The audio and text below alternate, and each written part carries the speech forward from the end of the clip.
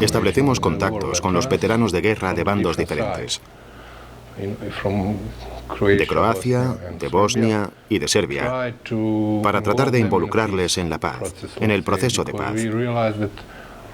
Porque sabemos que los veteranos son símbolos importantes en su nación o país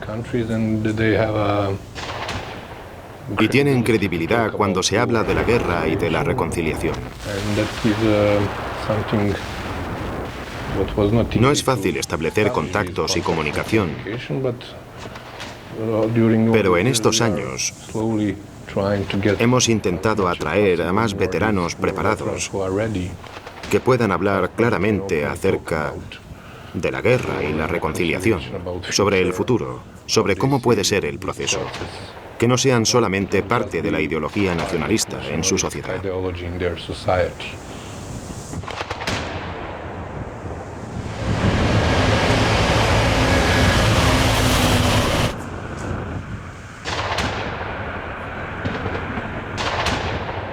Hacemos algunas actividades con ellos. Una de ellas consiste en visitas comunes a diferentes ciudades de Bosnia, a diferentes poblaciones de Bosnia-Herzegovina. Visitamos los lugares importantes de la última guerra, algunas tumbas, la línea del frente o sitios donde murió gente en la guerra.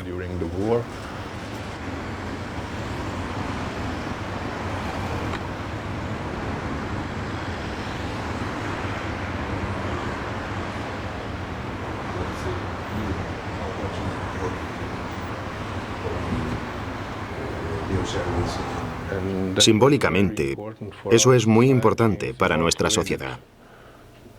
Ir juntos a estos lugares tan significativos, donde se cometieron crímenes durante la guerra.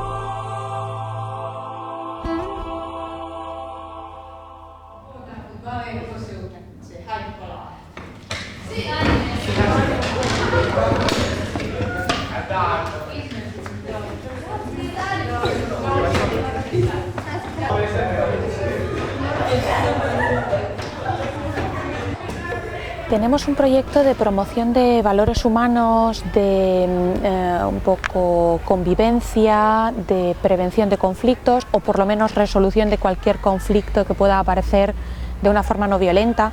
Entonces trabajamos todas las temáticas relativas al respeto, respeto por uno mismo, respeto por los demás, respeto por los derechos humanos. Y entonces lo que hacemos normalmente es los profesores de las escuelas que participan en nuestro proyecto reciben una formación en estas temáticas y después a través de talleres dinámicos, participativos con los niños, pues se imparten en las escuelas.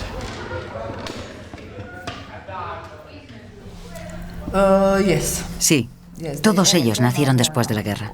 O también durante la guerra. Sí, durante la guerra. Yo viví en España 4 años y medio. Y cuando estábamos allí, fue la Cruz Roja quien nos ayudó a mí y a mi familia. Llevo 3 años en la Cruz Roja. Y como ya he dicho, me siento feliz por ayudar a la gente.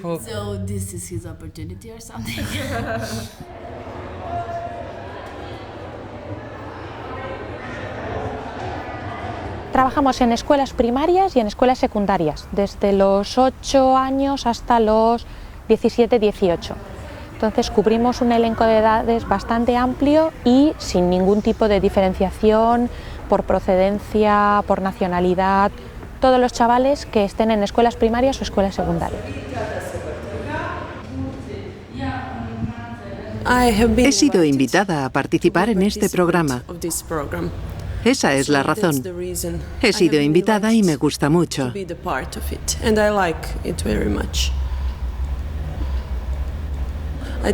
Creo que es muy útil y creo que a los chicos les gusta y lo pasan muy bien.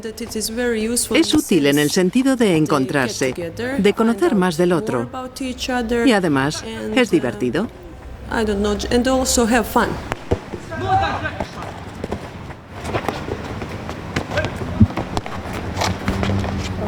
En Mostar, los estudiantes trabajan según dos programas, dos currículos, bosnio y croata. La escuela secundaria Gymnasium de Mostar es una escuela croata, pero empezaron hace 4 años, impartiendo los dos programas bajo un mismo techo, en el mismo edificio, aunque se trabaja con dos currículums diferentes.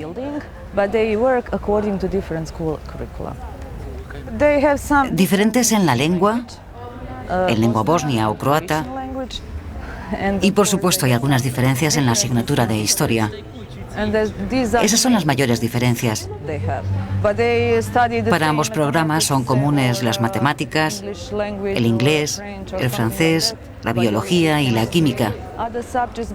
La mayor diferencia está en la lengua croata y bosnia, la historia y la geografía.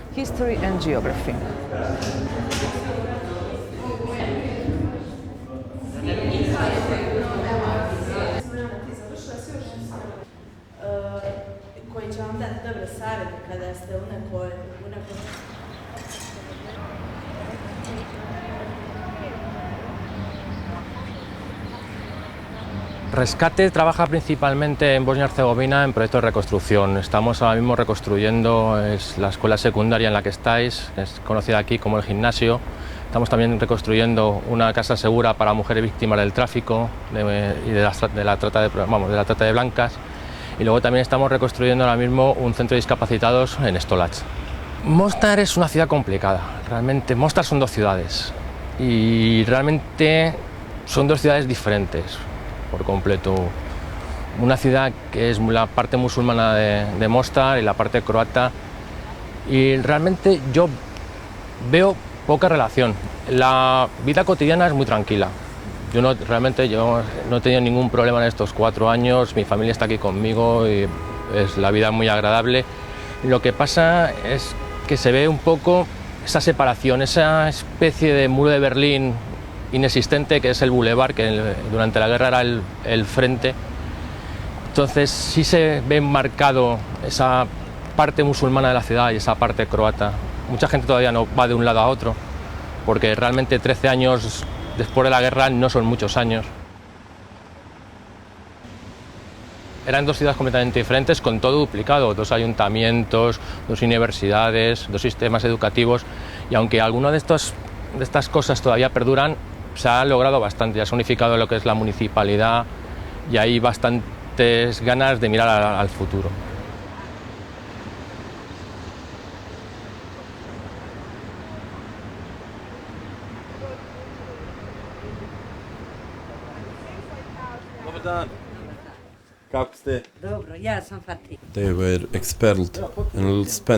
Fueron expulsados y pasaron un tiempo como refugiados en la región de Mostar.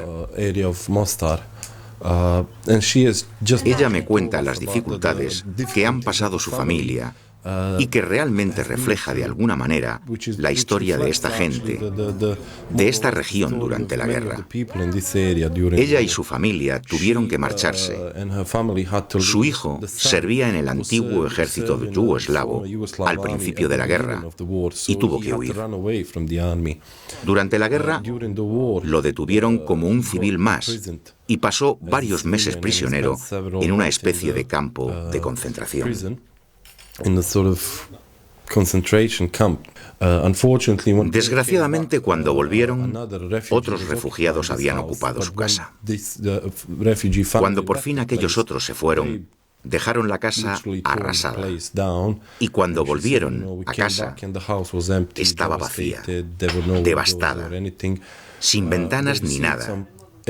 Y les dieron una ayuda de 1.000 euros para las ventanas, la puerta de entrada. Los muebles que podemos ver son donaciones. Su marido murió antes de que volvieran aquí y ahora vive con su hijo y su nuera. Desgraciadamente ninguno de ellos tiene trabajo. Viajamos a menudo por el país, visitando lugares como este para ayudar a la gente de la manera que realmente podemos, que es en forma de asesoramiento legal.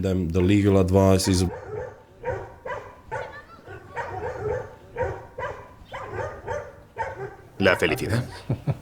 Buena pregunta.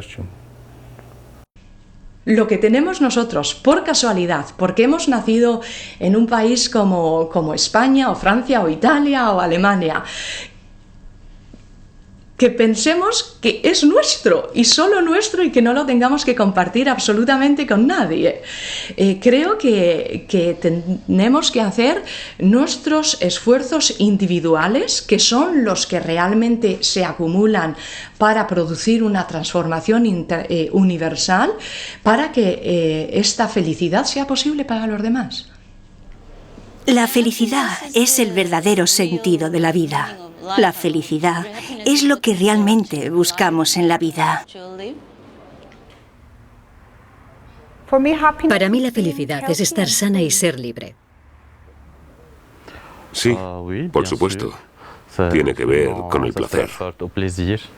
No concibo una felicidad que no esté asociada al placer. Cada cosa que me da placer me hace feliz. La felicidad para mí son momentos de felicidad. Puede ser un paisaje maravilloso en el desierto, puede ser un momento de risa y de fiesta en familia y con amigos cercanos, puede ser estar rodeado de la gente que amas, que esté todas en buena salud y son momentos.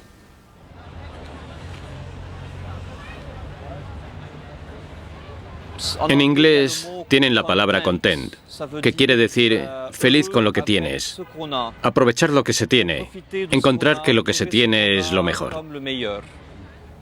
Buscar la felicidad es la felicidad.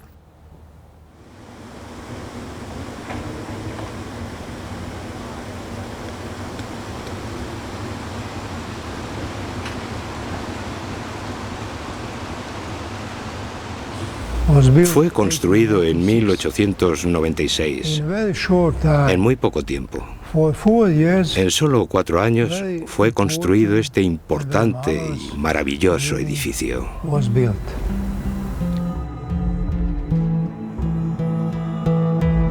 En 1992, el 25 y el 26 de agosto, el edificio fue totalmente destruido. Ardió. Perdimos el edificio, el mobiliario, la estructura original, 2 millones de libros y otros muchos documentos.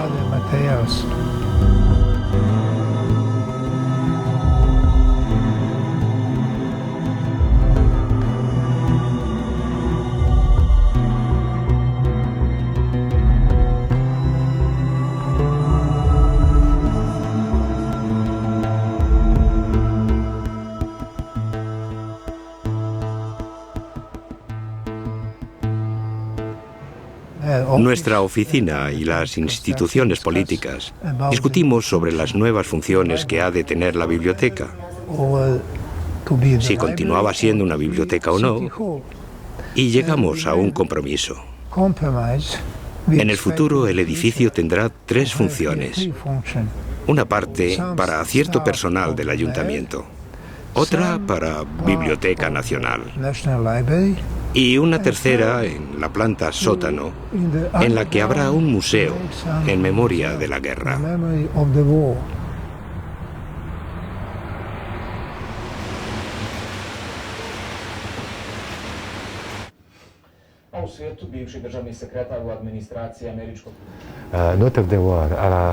Nuestro deber en la televisión de Bosnia-Herzegovina es dirigirnos a los ciudadanos de Bosnia-Herzegovina. Y como cubrimos todo el país, lo cumplimos. El primer criterio es el profesional. Es verdad que lo que intentamos hacer es eso, pero no puedo decir que no haya presión de los políticos para influir sobre nosotros. La misma presión que hay en todas partes, en todas las sociedades, y nosotros seguimos luchando por la independencia.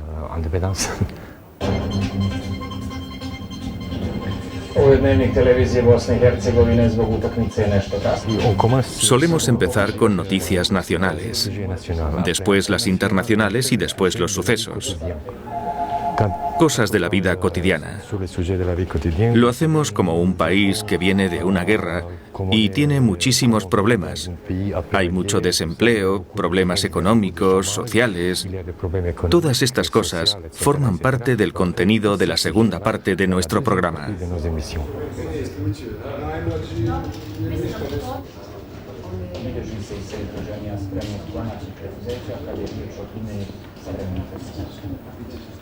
Bueno, yo creo que UFOR lo que ha dado a este país ha sido estabilidad en estos años de presencia, desde los acuerdos de Dayton en el año 95, y esa estabilidad que ha proporcionado UFOR ha sido la que ha permitido que el país se vaya rigiendo por los estándares de un país democrático europeo.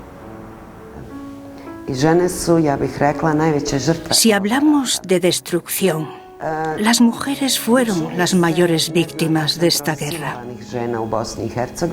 No estamos seguros de las cifras, pero se estiman entre 20.000 y 60.000. No creo que se llegue a saber la cifra real, porque, según mi experiencia personal, el 50% de las mujeres violadas nunca han contactado con alguna institución, gobierno u ONG.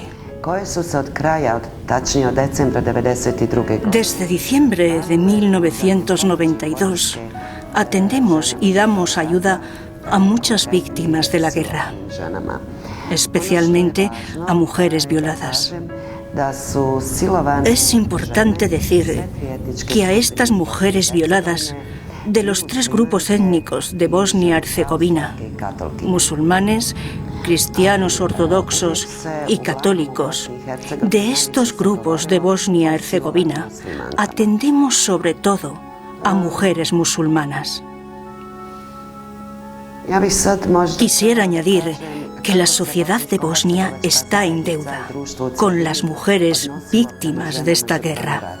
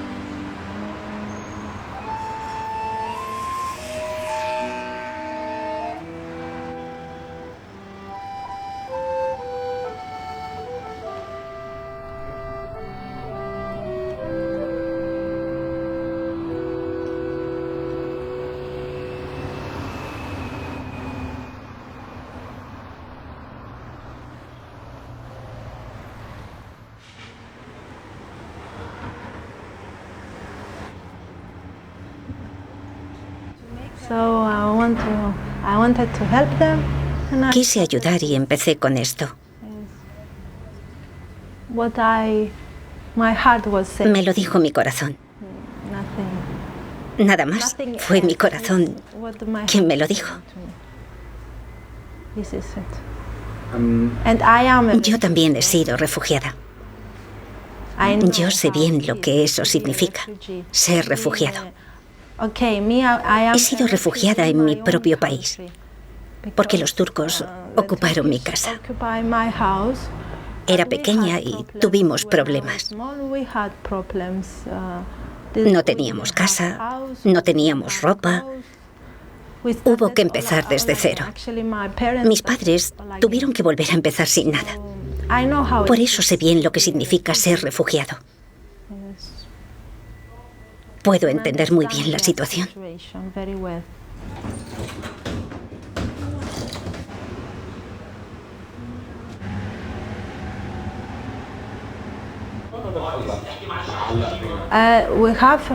Tenemos refugiados de Nigeria, refugiados de Siria, de Irán, unos estudiantes de Bangladesh, 2 hindúes, y también tenemos una familia búlgara. Los servicios sociales tienen conocimiento de este lugar. Nos conocen. Ellos nos envían a gente. Jude llegó aquí de esta manera.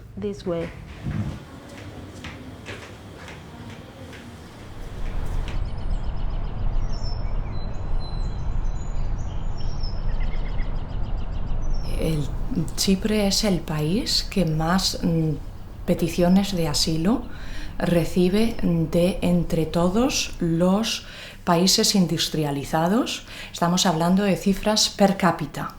Las cifras de peticiones de asilo en Chipre son muy superiores a cualquiera de las otras en la Unión Europea. Esto se explica por el hecho de que debido al problema político es muy fácil entrar.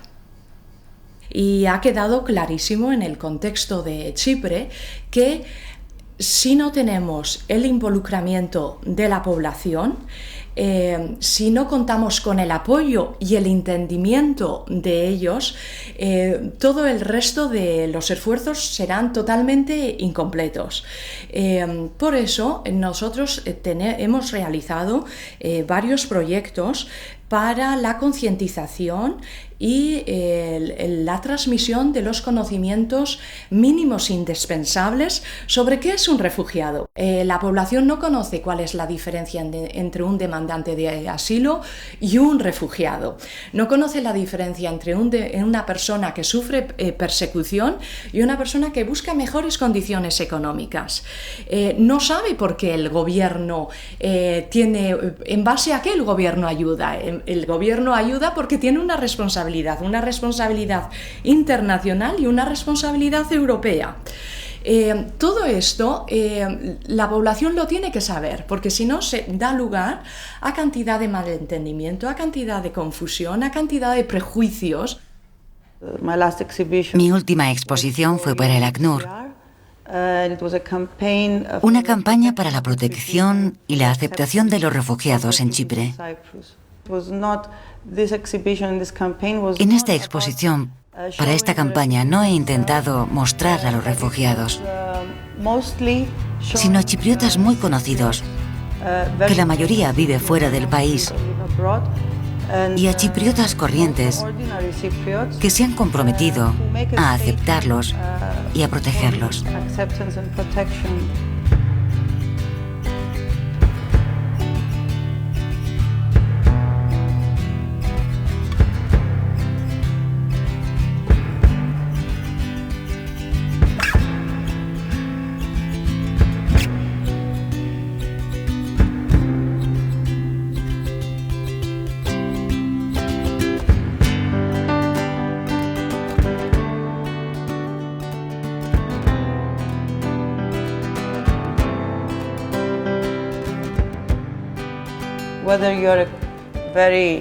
Por muy diferente y lejano que pueda parecer un japonés, una mujer o un niño de Kenia, después de establecer contacto, de dar el primer paso, son exactamente lo mismo. Es el mismo sentimiento. Y para mí ese es el desafío. Y por eso creo que el conocimiento de la lengua no es tan importante. Es solamente hacer el contacto. Los ojos, el olor, el lenguaje corporal. Eso es lo que se necesita para establecer una comunicación.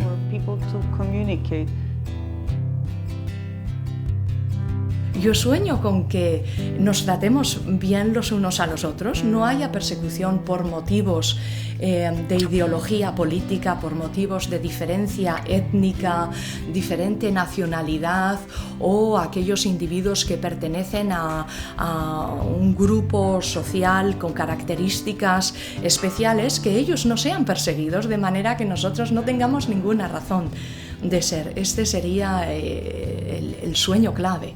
Que me tuviera que buscar otro trabajo realmente. Un sueño. Sí, tener una plantación de café en Kenia. Y quedarme allí. Incluso mi familia no está de acuerdo con lo que hago. Para ellos es una locura que gaste mi dinero con gente que no conozco. ¿Un sueño especial? Que mi país sea uno. Y apreciar las cosas de la vida y apreciar el momento. Vivir bien, vivir plenamente. Soñé una cosa. Es mi mejor sueño. Bueno, dos cosas. Buena salud y vivir mucho tiempo. Un sueño que se cumpla. ¿Cuál sería? Que el Líbano, propongo un sueño político, llegue a ser un Estado democrático, laico, que llegue la igualdad a sus ciudadanos y sobre todo entre los dos sexos. Que no hiciésemos falta los cooperantes. Entonces esto significaría que realmente el mundo va un poco mejor.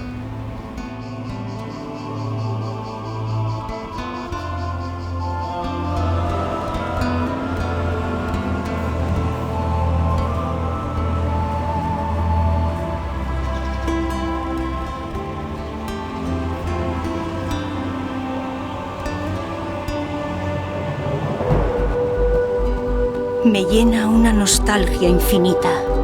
Tengo que verte hoy. Le diré a todo el mundo tu nombre prohibido. Luego me transformaré en gato y cruzaré. Espérame y cógeme en tu regazo. Yo te diré miau en turco. Es un poema que escribí cuando tenía 17 años. Fue publicado 2 años después en una revista de Turquía. Esta revista tenía una página en inglés en la que se explicaba el contenido. Una poeta grecochipriota se hizo con esta revista. Leyó el poema de la joven turco-chipriota, se interesó y habló con alguien que sabía turco y tradujo el poema. Apareció entonces en algunos periódicos y revistas grecochipriotas. Un compositor conoció así el poema e hizo una canción con él. El poema se hizo muy popular y está ahora hasta en los libros de texto de ambos lados, el lado turco y el lado griego. Hace muchos años de todo esto y mucha gente lo conoce de memoria. Lo cantan.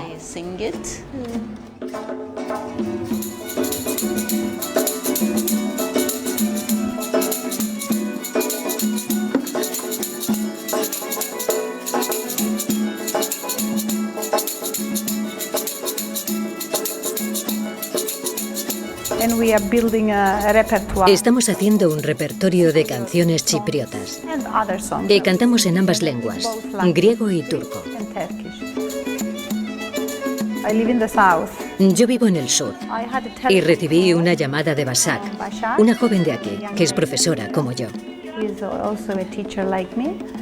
Me vine aquí para preparar un programa que interpretaremos el 1 de septiembre. A la gente le encanta. No solamente las canciones, sino la idea de que grecochipriotas y turcochipriotas canten juntos las canciones de nuestro país en las dos lenguas. Es algo grande.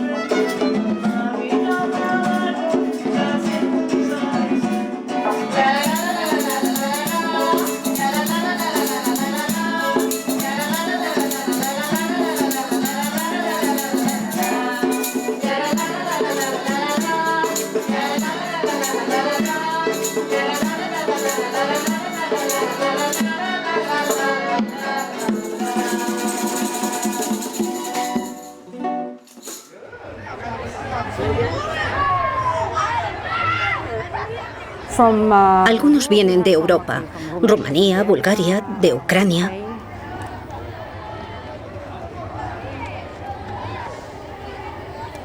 No hay españoles o italianos, o ingleses. Bueno, ingleses sí, de padres ingleses.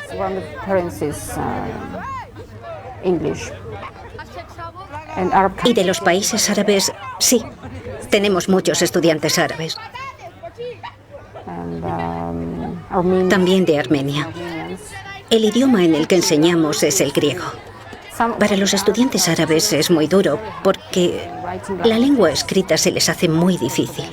Su alfabeto no tiene nada que ver con el alfabeto griego. No creo que haya un problema de comunicación porque los chicos encuentran la manera de comunicarse. Los chicos, los estudiantes, se enseñan vocabulario continuamente. Por eso, el problema no es la comunicación entre ellos. El problema es poder seguir las clases. Los padres son los que tienen problemas a veces. Pero los chicos no tienen conflictos de comportamiento porque crecen juntos y se aceptan entre ellos. Es raro encontrar en el colegio comportamientos xenófobos. 10 años después de la llegada de los primeros estudiantes extranjeros, no tenemos conflictos. Y no hablamos de nacionalidades. Se aceptan entre ellos en todos los sentidos.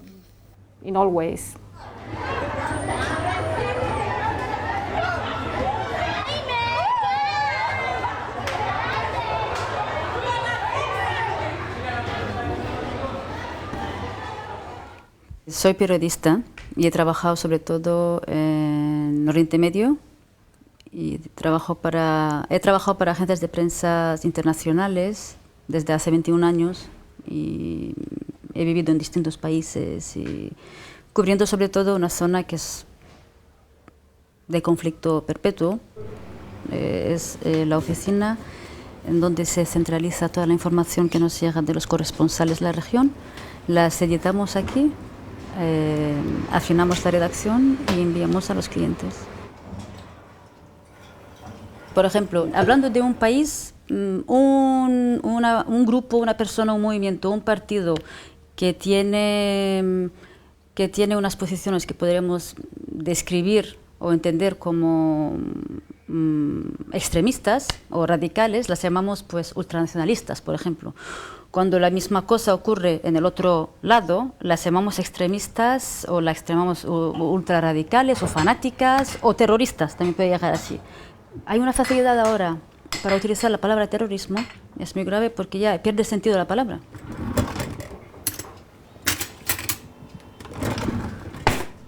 Mi madre es católica y mi padre es musulmán suní.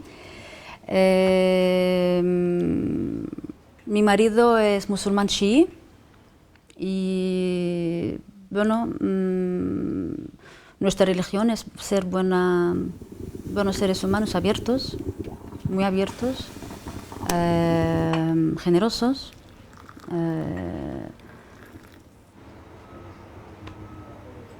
Mi religión es universal.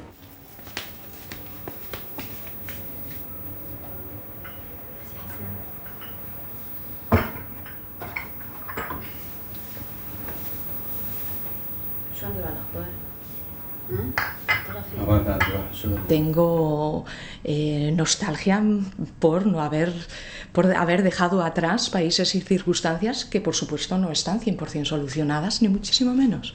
El olor, el sabor de cierta fruta que crece en el otro lado. Y siempre tengo esa clase de experiencia. Como el olor, aquella fruta, su gusto. Sí, eso creo que es un sentimiento de nostalgia. No es nostalgia, pero siempre he hecho un vistazo a la tradición, hacia lo que otros me dejaron, para apoyarme en ello, y así poder subir un peldaño más, un paso hacia adelante. No es nostalgia, es un pilar. No. No es un sentimiento que me haga soñar. Definitivamente, la nostalgia es lo contrario de soñar. No, realmente no. Llevo muchos años fuera de España y estoy contenta con lo que hago. No tengo especialmente nostalgia de nada. Sí, a veces. Porque he sido joven. Supongo que todo el mundo tiene nostalgia de la infancia o de la juventud. Pero me siento nostálgico de la época anterior a la guerra. Para mí fueron los buenos tiempos.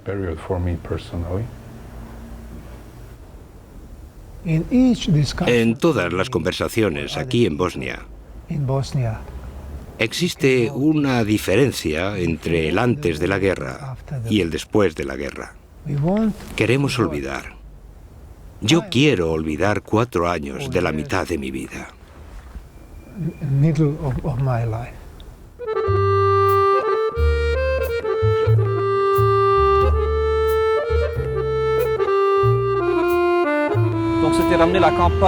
Se trata de traer el campo a la ciudad un día a la semana y de esta manera apoyar al pequeño productor que hace todavía un producto de calidad.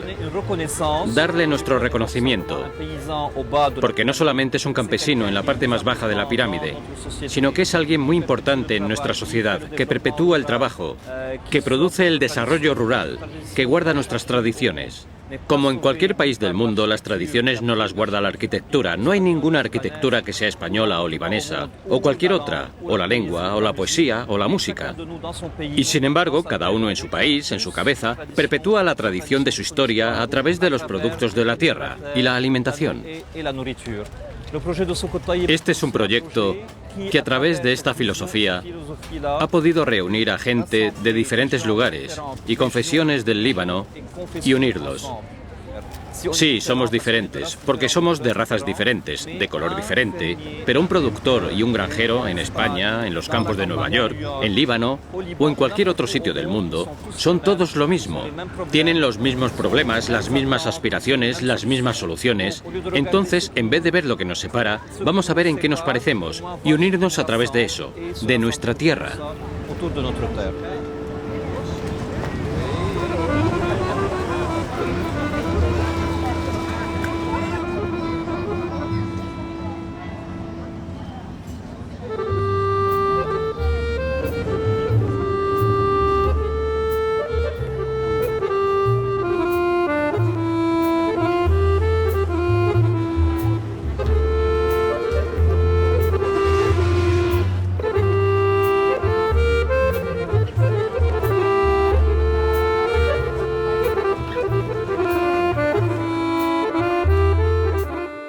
Trabajamos básicamente con refugiados palestinos, gente que lleva aquí ya, digamos, en el exilio desde hace más de 60 años. En el Líbano hay, bueno, las estadísticas dicen que hay como 450.000. Muchos han emigrado, entonces ahora mismo creemos que hay alrededor de 300 o 350.000 refugiados palestinos. En realidad tienen muy limitado el derecho al trabajo. Hay más de 70 profesiones en las que no pueden trabajar y para ellos obtener un permiso de trabajo es prácticamente imposible. Entonces su trabajo se centra en los campos de refugiados, o sea, trabajan dentro de los campos. Ellos dependen mucho de la ayuda externa.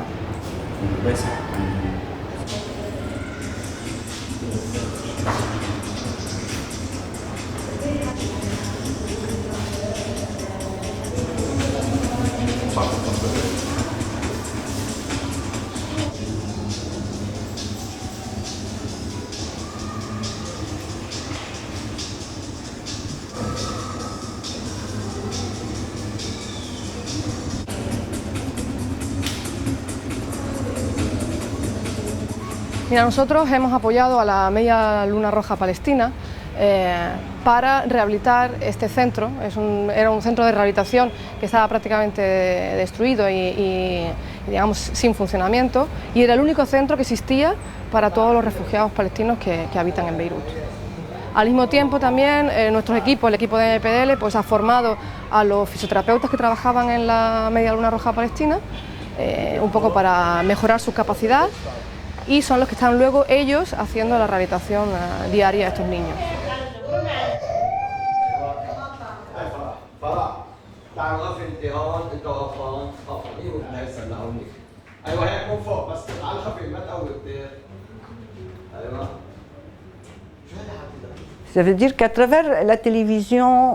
A través de la televisión, o de los medios, de los periódicos o de cualquier otro, la mujer comienza a tener ciertas posiciones claves en este sector, pero son contadas.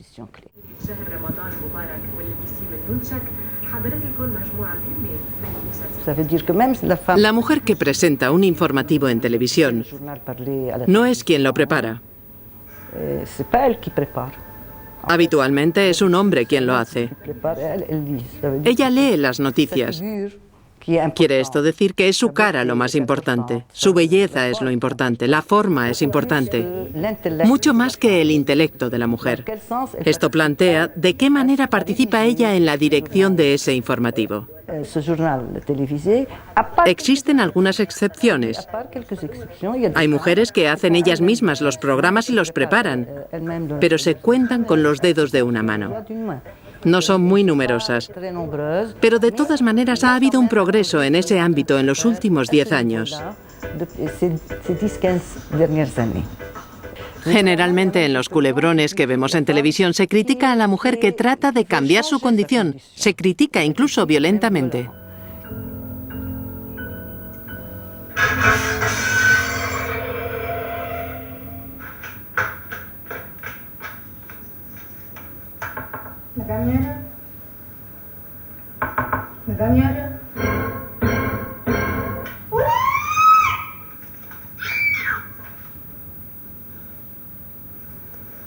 Vaya lío donde me habéis metido. Vente rápido, quítame esto.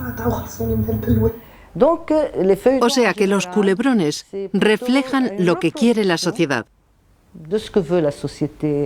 del rol de la mujer en la sociedad y el rol que quiere la sociedad libanesa que juegue la mujer, el papel de una madre, de una esposa, al lado de su marido y de una persona que ha de ocuparse de su familia.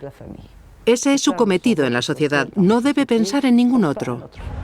Lo peor de la vida, y voy a decir un tópico, es la guerra. En un país como el Líbano no podría decir otra cosa. Intento no pensar en ello, en las cosas malas, sino en lo bueno que me ha ocurrido. Porque cuando me casé, también hubo violencia en mi matrimonio. Y me separé. Lo peor del mundo es la injusticia y la guerra. La gente matándose entre ellos, los vecinos matándose entre ellos. No puedo imaginar otra cosa peor.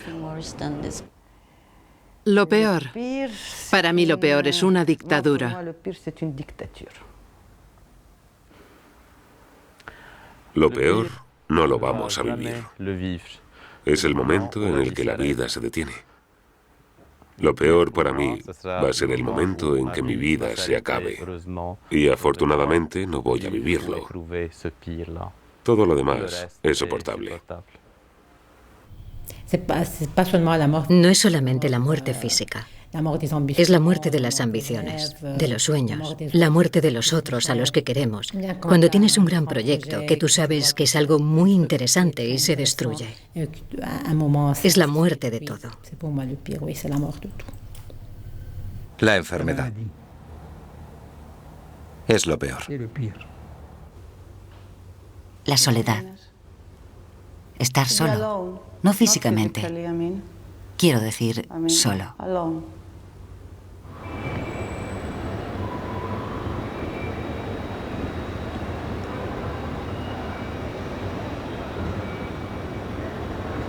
Los tiempos cambian.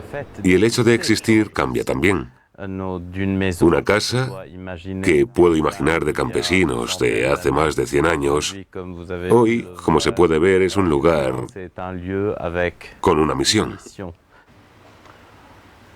Creo que el mensaje se ajusta a una sola idea, que este país, incluso en su lado más odioso, merece sobrevivir.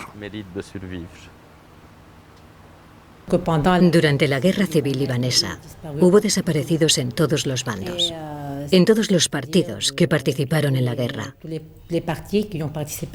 Hubo desaparecidos y secuestrados, es decir, que engloba a todo el mundo. Y la exposición que hemos hecho incluye a todo el mundo. No se ha excluido a nadie. Las personas de las que hemos tenido fotos o información figuran en la exposición. En la búsqueda preliminar, tuvimos la impresión de que no había trabajos consistentes sobre el asunto. No se conocía bien el nombre de aquella persona. No existía una lista en algún sitio. Así que la exposición era una oportunidad para hacerlo. Empezamos por hacer un banco de datos riguroso, utilizando nombres e información de comités, de contactos directos con las familias. Y ahora estamos haciendo realmente la investigación.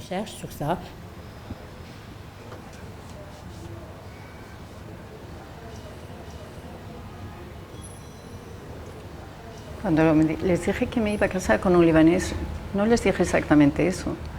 Les dije que me iba a casar con un árabe, musulmán y artista plástico. Y mi madre me contestó, ¿no es suficiente ser árabe, musulmán, tiene que ser también artista? Fue todo.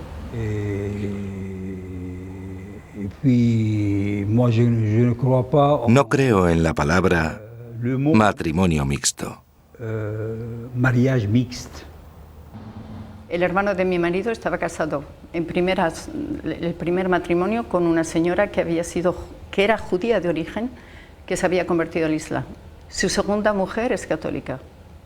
Una hermana de Amin estaba casada con un persa, otra con un libanés, otra con un palestino. Las sobrinas hay casadas con maronitas, con católicos. Mi madre era creyente y la madre de Angelina era creyente. Una musulmana y la otra cristiana. Las dos para mí tenían el mismo estado de ánimo. Y yo las quería a las dos. Las considero como dos mujeres buenas. Se van los miedos, es muy positivo, muy positivo. Se aprende muchísimo de los demás, también se aprende mucho del otro, que sea hindú, que sea musulmán, que sea no importa qué religión.